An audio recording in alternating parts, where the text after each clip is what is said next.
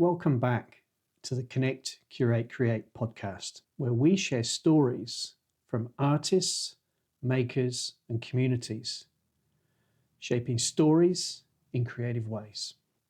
In this episode, we're in Hobart with Second Echo Ensemble, an arts organisation built on radical equity. I talk with creative director Kelly Drummond Cawthon, meet artists behind Relache, The Last Dance on Earth, and we share video highlights from the performance. If you're listening on audio, you can watch the full video on Spotify and YouTube. Here's Kelly to introduce us. And I think that's what I love about Second Echo is there's an opportunity to peel it back and say, no, just be. Yeah. Can I show up and be alongside David Montgomery or Luke John Campbell, because they demand it. Even after 30 years of training and performing and training performers, it's a gift to have a moment on stage with performers of that caliber.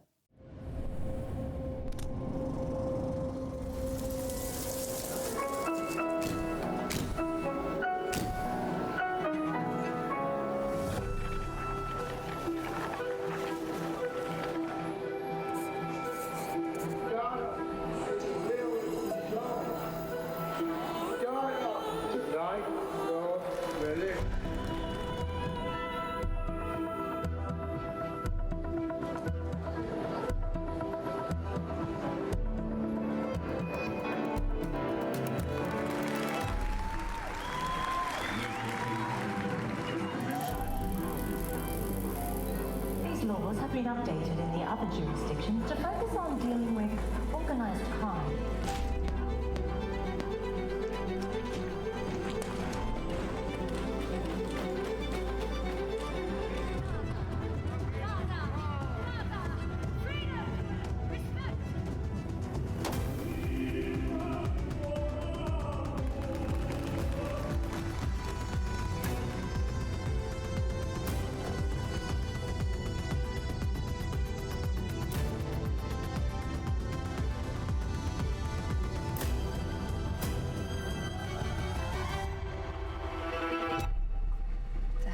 It's like a clock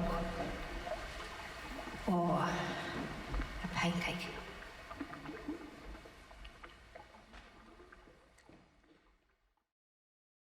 Welcome back to the podcast. I'm here at Second Echo Ensemble in Hobart, one of my favourite arts organisations in the world. And I'm here today with artists from Second Echo. First of all, we have Julia Drouhin, apologies for my mispronunciation, and Elise Romaszko. Welcome to the podcast, Elise and Julia. Thank you. Elise, well, your arts practice, how would you describe it, and what does it mean to you? Oh. For me, it means to me is a family, community, and I learn and grow every day, every week when I come here. Yeah, so coming to Second Echo and performing? Yes. Oh, wonderful. How long have you been coming to Second Echo? Oh, 2005 or more. Oh, wow. Wonderful. So there must be something really, really special that means you keep coming back. Yes. So I started to work at Second Echo Ensemble because Elise was doing a debut as a director for our show.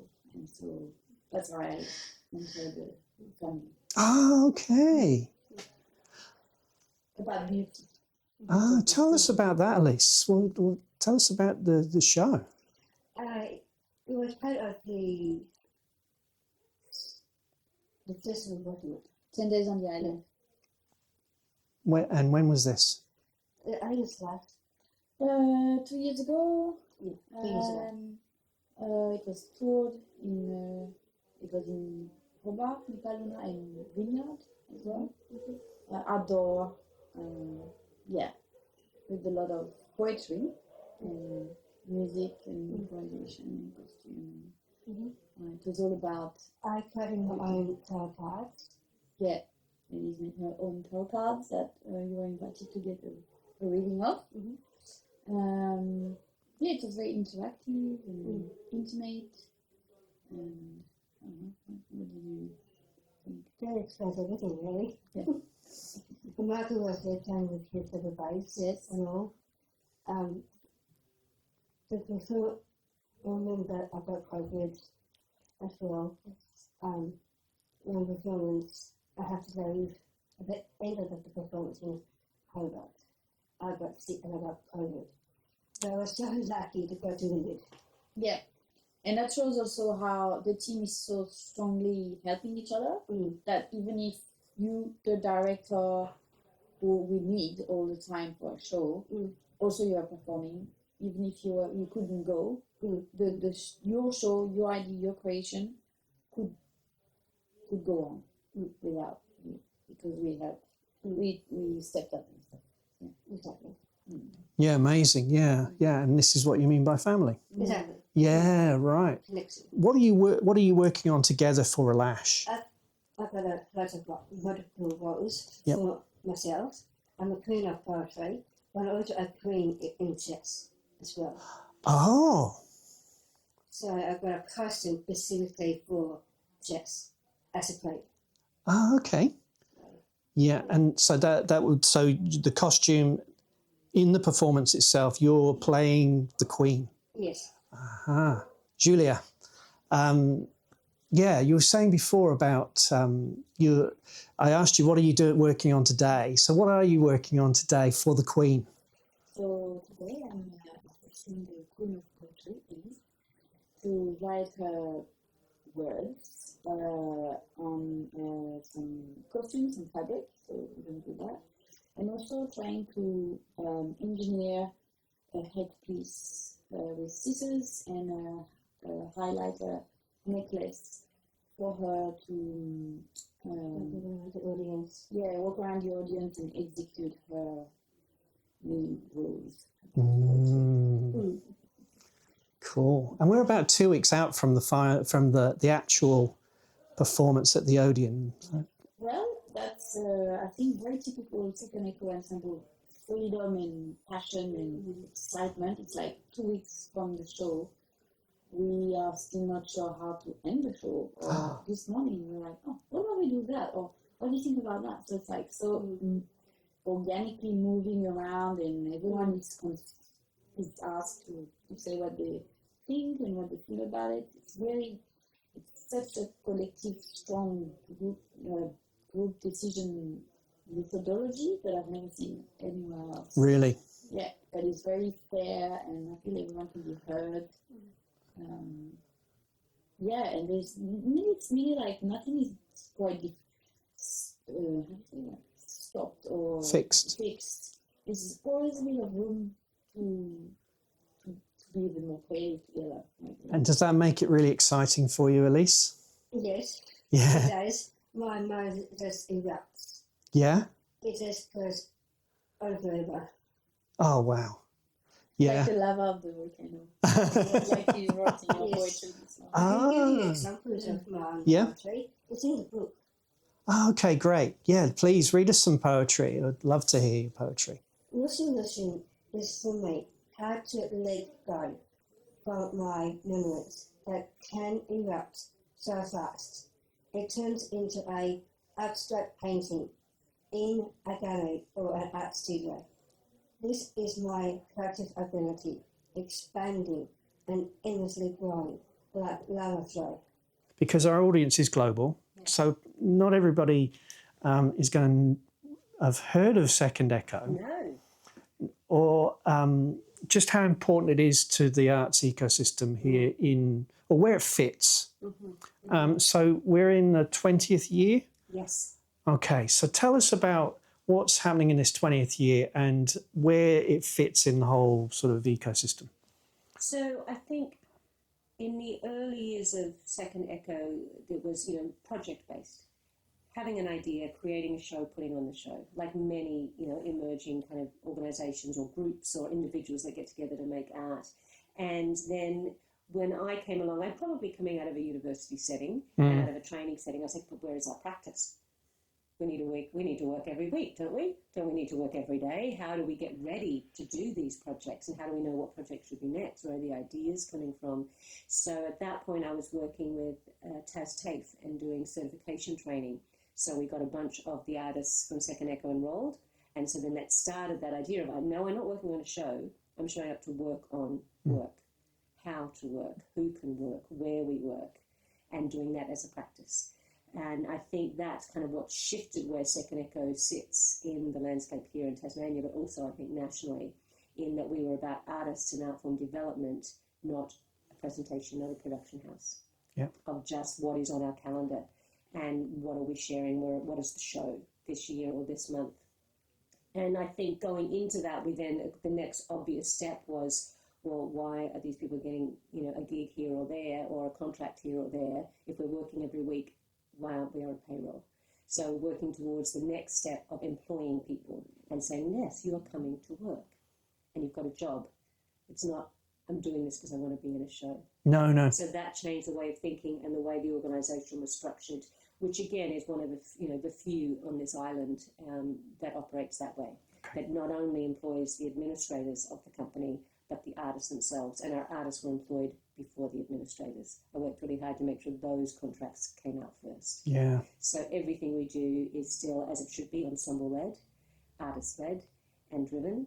Any decision about how the organisation is going to run is run by the artists on the floor, even and alongside the board and the leadership staff of the organisation. Yeah. Which is very, very important to how the culture works here. And so I think what's interesting then, with all of that as our vision, the mission, the methodology of how we work and why we work, the 20th anniversary is interesting in that it's a big production year. So even though we say, it's not about that, this is what we're going to do. So yeah. And for the 10 years that I've been with the organisation, we have only once performed in a theatre. And this time, over the two major shows are in theatres. So it's fascinating that everything was about site-specific, it was about place, and then these particular stories, the way they need to be told, they belong in a theatre. Yeah. So it's interesting that in this 20th celebration, we're actually kind of in contrast and in dialogue with everything we say we are and what we do. Yeah. We're going to the Opera House. That is a mainstream kind of goal, dream, and mission that we didn't see as part of the most important thing that we were doing. But it also makes sense to me because it is important of saying that we belong anywhere. Yes. We rehearsed at Sydney Dance Company and people, you got to go there. And I'm like, and why wouldn't we? We belong everywhere. Yeah. And they're really, we challenge a lot here at Second Echo, even the word mainstream. There is no such thing. There's an ocean.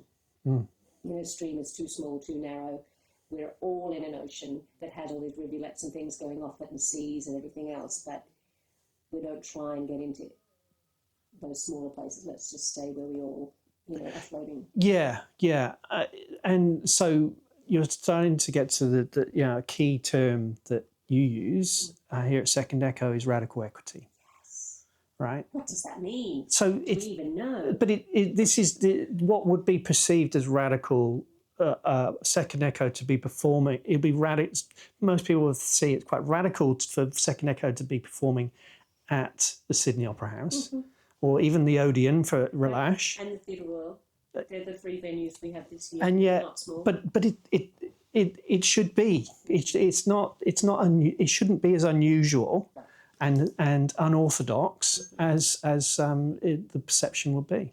You would hope not. But, the truth is in the world that there is still a separation and there's an othering and a kind of an ableist of, and even, even in all of our language of how we are including people, that already puts in a power structure. I can include Dave.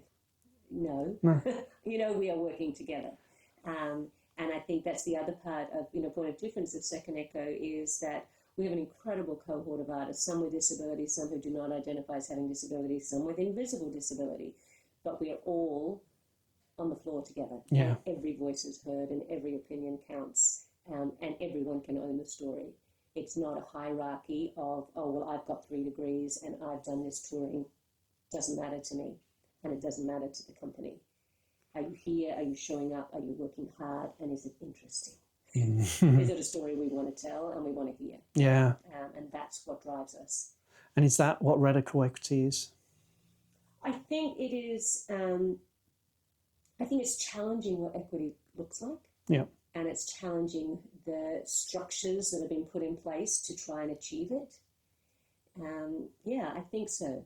And I think it's also questioning and being willing to reinvent what it might look like. And being individual in approach. That even in our use of language, we have some artists that, yes, I identify as a disabled artist. Other artists do not. No. They don't want to be an artist with disability. They just want to be an artist. So this whole thing of language and what is right and wrong, again, I challenge that there is none. Have you asked the artist? I get called all the time. What is the new language kind of? What's the best practice? Ask the artist. Yeah. How do they want to be? Yeah. It's the same thing as we're trying to do now, even with pronouns. Have you asked them? You can't get it wrong if you ask, and that's what they want. And then I'll ask again tomorrow because it might have changed. Right. Okay. And I'll ask again the next show if it's important. If it's in that kind of public sphere, I will not assume. I will not talk or speak for our artists. We will ask that question and then respect their answer. I mean, we have worked quite a lot, over the last 5 years or so to also, challenge the word disability and how it makes us feel. That it's, there's been lots of things, it's not, it's diverse ability, it's all abilities, all of these things trying to make us feel better about it. And it's the word. Let's have agency in the word. Yeah. And be proud of all of who I am. Yeah. It doesn't mean I have to identify it as, but it also doesn't mean I have to cut it off and pretend it's not there. Yeah, sure. So we're looking for that pride and that self-acceptance and confidence. And then in language, whatever you want. But it's a fascinating discussion. And then again, that's the radical saying, no, I won't help you write an access inclusion plan. There's no such thing. Let our artists come in and see how you work, and we'll tell you what you could be doing differently. This podcast is powered by our Story Labs projects. Whenever we make a film with a local business or community, we ask them to pass on their love of making by supporting the stories of local artists. Those stories flow straight into episodes just like this, and you can share the love too. Subscribe to our YouTube channel to watch our Story Labs films. I'm joined now by William Webster, performance artist, and Lily Alcock, performance artist. Yeah, you've told me that there's so many parts to your practice, but I'm just very curious about a lot of things. yeah. But movement, obviously. We talked before a little bit about what Second Echo is, and Elise was telling us actually what Second Echo means to her. So William, perhaps you could tell us what Second Echo means to you. How long have you been coming here, and why is it important to you? Well, that's probably in the year of 2000.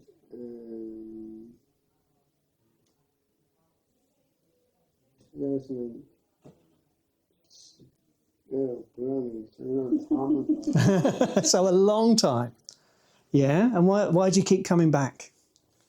I think, well, one thing that really draws me to Second Echo is that it's like through the urge to dance, and I think that's why. Yeah. Yeah. So the urge to dance, the opportunity to dance. Yeah. Yeah. And Lily, what draws you to Second Echo? I also relate to dance and movement is such a big part of my practice, and I love the diversity and the intersection of lots of different art forms. Like, it's not just movement and dance, it's like all the different aspects come together and like can inspire different things as well. And I love how honest and authentic the artists are in their practice, and it really grounds me in why I do what I do. Yeah. Yeah. Cool. And yeah, Julia and Elise were talking about all the different things that happen here to bring a performance together. So what are some of the performances and shows that you've been a key part of, William? Well, some of the parts I've done is based on those objects that's next to me, like the buckets, the bird cage, and that all the objects around me is the one of the reasons why I've been using that to be part of my dance. Yeah. So the objects, the materials that's an important part of your own form of dance, bringing different things together. I'm like one of those guys who likes to bring in props for the show. Yeah.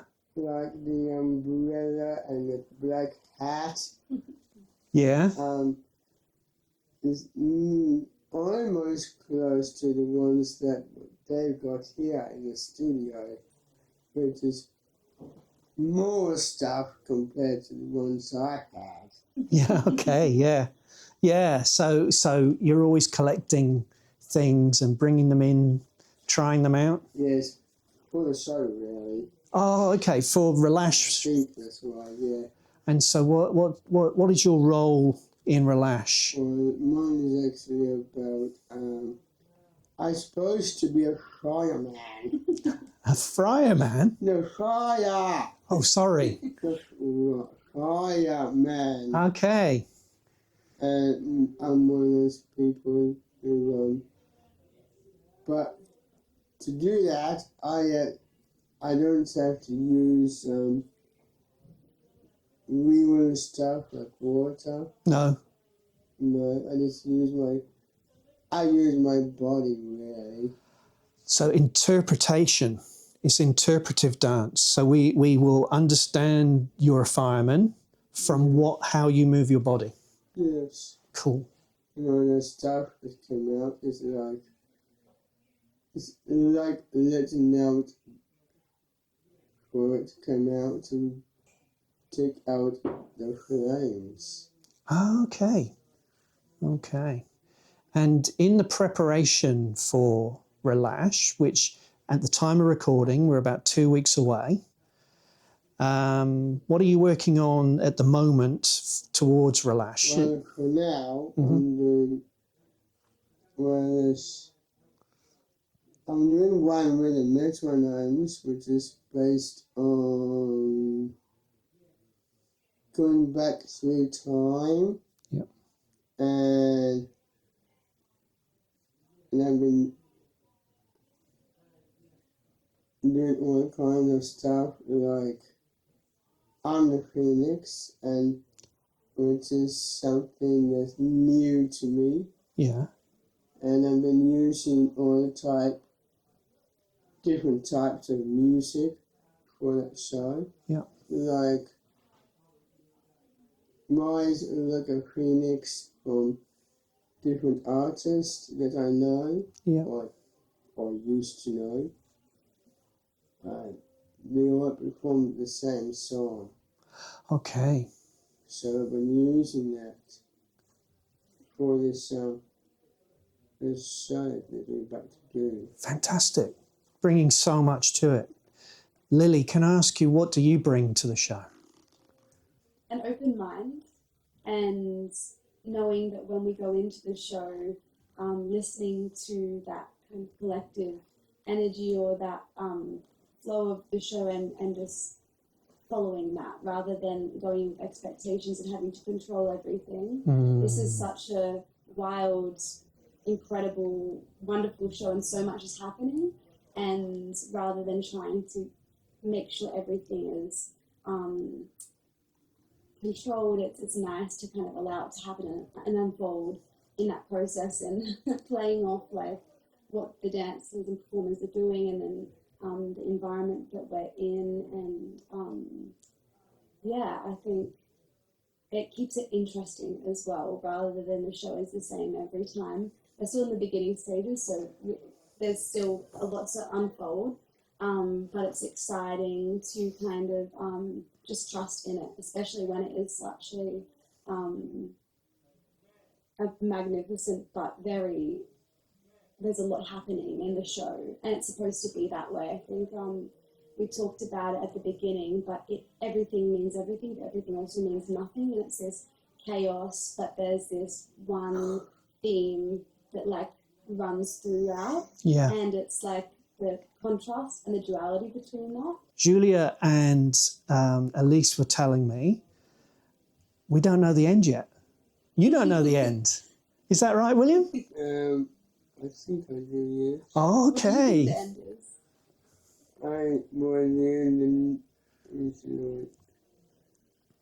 Well, it's like when you read a book, it's got a beginning, middle, and the end, and when you towards the end of the story, because that close the book, and that's how it ends. I've been watching all kinds of different interviews or movies. Some do, and I saw people acting like being a narrator. Yeah. And that's the one thing I always want to do, or to be a narrator. Yeah. Like Morgan Freeman when you get Night of the Penguins. Yeah. I want to do exactly what he did. Yeah. But narrator is the best thing for me. I'm joined now by Michael Fortescue. Hello. Hi, Michael. Michael, so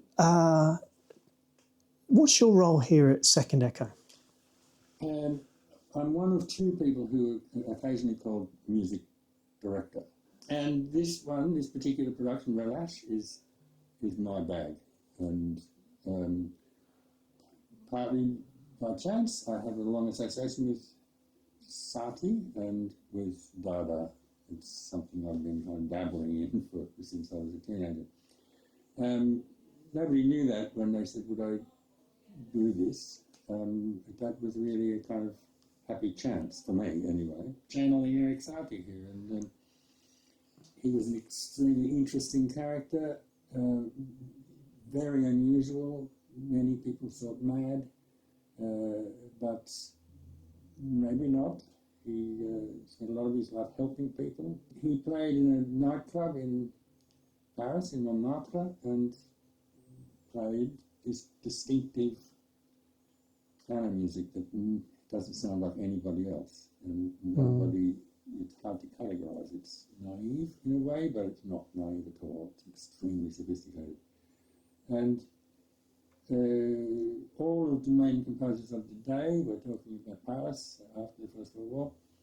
We're talking about Paris before the First World War as well, but in our particular exploration, we're talking about Paris predominantly after the First World War and the rise of Dada music and Dada thought, so from 1917 really. All of the big composers of the time, Debussy, Ravel, Milhaud, the young ones, the group des Six, so-called, in France, there's 6 composers, including Germaine Taillefer, who was singing one of her songs in this show. They all went to see Sati play in the nightclub. They were completely fascinated by him and by this music that couldn't be easily put in any box. My involvement in this project is more at that kind of philosophical level than at the playing level. As it turns out, I'm not playing in this show at all. Oh, really? Having said that, there's quite a lot of performance of me in this show because I had quite a lot of involvement in making the film.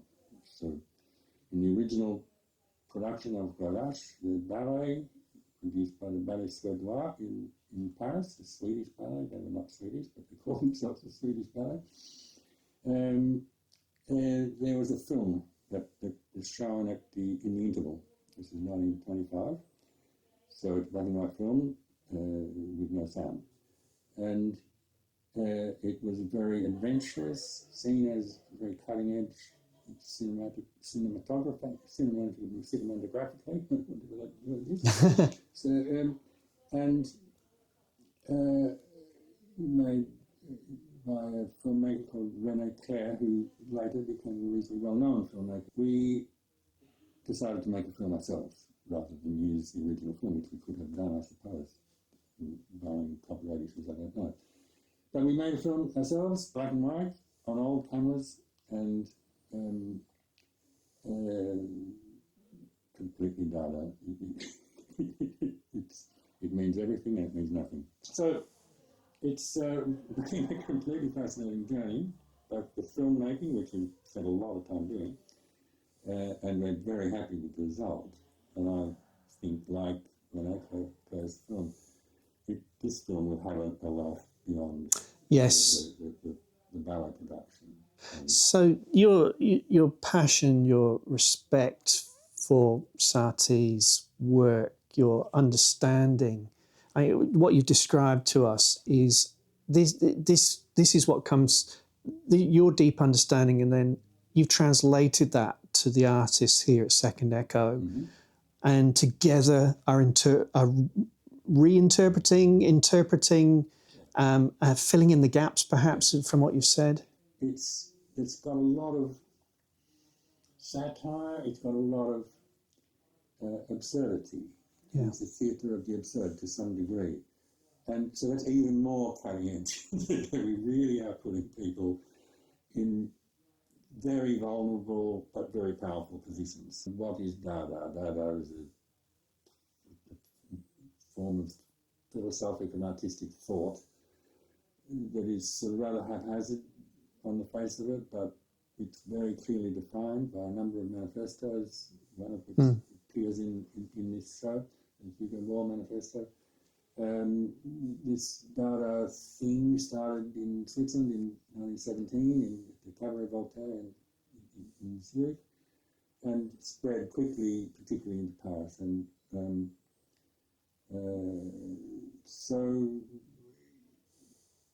when I started to tell the company what Dada was, what things could be considered to be Dada, that playing snakes and ladders at one point, a ladder is very Dada. Snakes are not very Dada. Okay. Snakes are real things, and they have a certain set of characteristics. We know what they are. We're frightened of them, and they've got too much reality to be very Dada.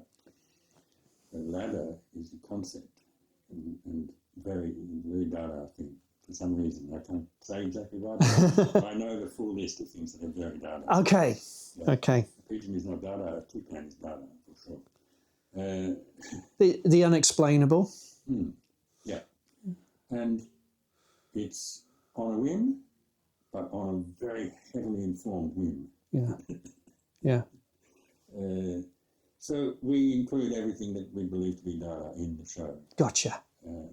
Whilst Dada looks like it's absurd, theatre of the absurd is never absurd, actually. It's, if you think of the power of Waiting for Godot, Beckett, it's very hard to work out what any of it means, but it's extremely powerful. Yes, indeed. So that's what we're fiddling with. Yeah.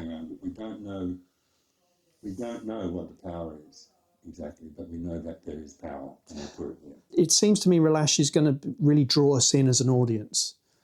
Yes, I think so, and I think that it was important to us, and we were having this conversation with Kelly quite early on, that we wanted it to be not only absurd and bizarre and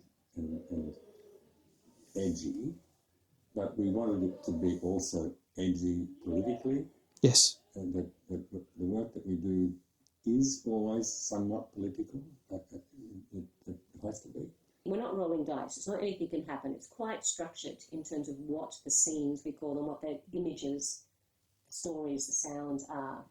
And we're figuring out that order, so we keep shuffling the cards. What if we did this one first? What if we did that one second? Okay. To make it work. But it's also, the whole event is going to be an act of becoming. Makes me think of Maya Deren in the early film, in that we can't hold it as long as we are in it and allow it to become and to happen each time. That's where the Dada truth comes. Rather than just doing something ridiculous because you can, and saying, oh, it's chaos, it's Dada. No, it's very thought out. Yeah. And the images are chosen very specifically, but we're not trying to hold them. And so as, the director, I'm trying just not to hold the reins too tight. Enough so that people feel safe. Yeah. Enough so that the production elements can operate and know when to say yes to the orchestra, when to turn the lights on and off. All of those things have to happen in a sense of score and safety, but still allow it to be a happening. It seems emblematic almost of what Second Echo is. It could be our methodology in a show. Yeah. I think, in that each crafted kind of offering has come from individual artists, and we've figured out how they all, belong together, and how they all further our idea of looking at who has control. The show is, we're looking at cancelled being who does cancelling and who has the power, and when is it that you have your own power. And then that got into endings, and what if you got to design your own ending? What would it look like? And having that conversation with some of our artists where it's been quite taboo to talk about. Yeah. And have never had that opportunity to even consider, what the end of life might look like, what the end of a career might look like, the end of a feeling might be. This is what Elise is talking about. So when speaking, Elise said, we don't know how it's going to end.